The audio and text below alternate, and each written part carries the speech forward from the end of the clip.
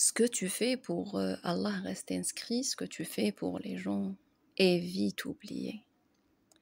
Il y a des gens qui m'ont dit presque avec un sourire un peu moqueur, et beaucoup de gens même c'est des personnes qui sont même peut-être proches, mais toi tu as eu une vie parfaite, trop douce, trop belle pour être vraie. Oui, je comprends, je comprends parfaitement, vraiment. C'est vrai que quand on raconte son histoire avec des mots simples, des souvenirs colorés, on peut donner l'impression d'avoir vécu dans un conco. Oui. Euh, mais ce que les gens ne voient pas, c'est que le conco, c'est moi qui l'ai tissé. Ce qui est à l'intérieur de moi, il est à l'intérieur de moi. Sachant qu'entre parenthèses, je suis une personne cachotière, je ne raconte pas mes malheurs, mes tristesses. Souvent, je raconte que de la joie. J'aime apporter de la joie aux autres.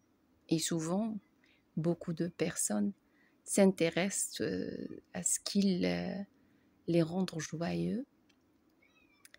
Ça, c'est la réalité. Donc, je n'ai jamais dit que ma vie a été sans douleur, mais j'ai été élevée à ne pas m'y attarder, à ne pas m'écraser sous les épreuves, à marcher encore et toujours, même les larmes dans les yeux. Et ceux qui me connaissent savent que j'ai souvent les larmes aux yeux, mais la foi devant moi, c'est ça en fait qui me fait. C'était notre éducation et c'est ça qui me donne la force. C'est ça ma force.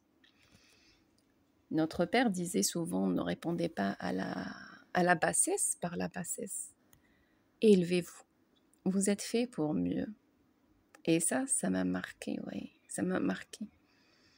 On apprenait à faire le bien, pas pour les gens, parce que les gens oublient, mais à faire le bien pour Allah, car Allah n'oublie rien. Ce regard-là m'a protégée. Je ne voyais pas un monde parfait, non, mais je voyais un monde plein de leçons, donc de sens cachés, de cadeaux voilés. Chaque épreuve, même dure, avait une sagesse. Et pour moi, il fallait trouver cette sagesse-là. Et je souriais, je plaisantais, je rigolais, en plein dedans. Et j'ai choisi de me concentrer sur ce qui élève, pas ce qui écrase. Et c'est ça qui me fait ma force. Ce n'est pas de la naïveté, pas du tout. Et puis c'est un choix spirituel, surtout. Une sagesse héritée vraiment des parents. Un bouclier forgé dans l'amour d'Allah subhanahu wa ta'ala. Ce qu'aujourd'hui j'ai envie de dire, reçois ton message, reçois-le, mais avec un autre regard. Tu as le choix. Regarde les choses avec les yeux du cœur, pas seulement de la mémoire. Non, parce que en tant qu'être humain, on a tendance à garder plus le négatif et à voir le négatif et négatif. Tu verras peut-être dans une situation douloureuse une graine de force, une magie, un élan dans une parole entendue par hasard, une direction nouvelle, dans une frustration, un tremplin. Donc regarde les choses autrement. Et si tu prenais juste une minute aujourd'hui pour revoir ton histoire autrement, pas pour effacer les blessures, oh non, on n'efface jamais les blessures, elles sont là.